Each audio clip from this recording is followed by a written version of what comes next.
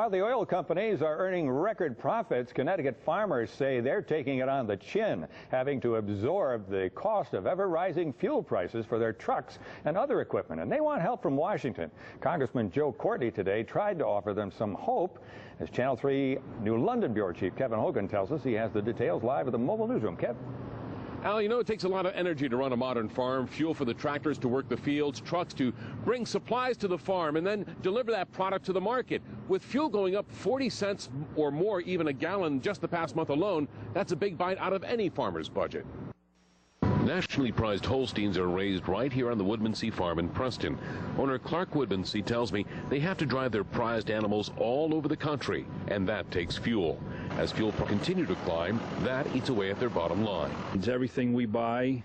It costs us more money because of the fuel. And then we pay for the truck and for our milk to go to the dairy, and that costs us more. So why not pass on the rising production cost to the consumer? Nope. Why? Well, we sell our milk wholesale, so what the price of milk is the price we get.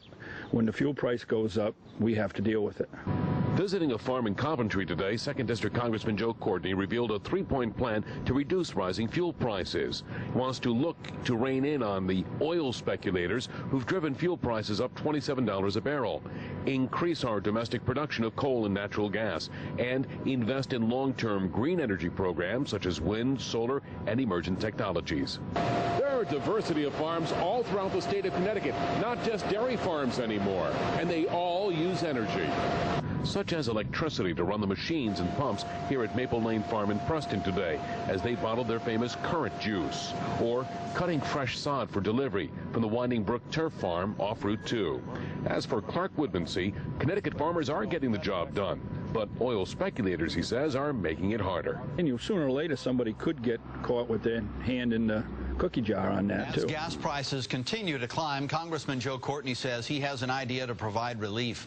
Courtney chose a Coventry farm hit hard by the rising gas prices as the backdrop to unveil his 3-point plan. The strategy includes reining in speculators, increasing domestic oil production, and relying more heavily on clean energy technology so we're not so dependent on foreign oil. We need to have a strong response in terms of fixing the energy challenges that our nation faces. We all think about the price of crude oil when we buy a gallon of gas, but do you ever think about it when you're buying a gallon of milk? You should, because it does have an effect.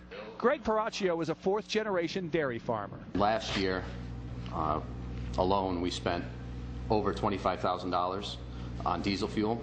That's at $2.60 a gallon. The price right now is $4.20. The financial reform bill gave the Commodities Futures Trading Commission the power to regulate speculators, not eliminate them from the market, but reduce their ability to spend millions on oil futures and drive up the price.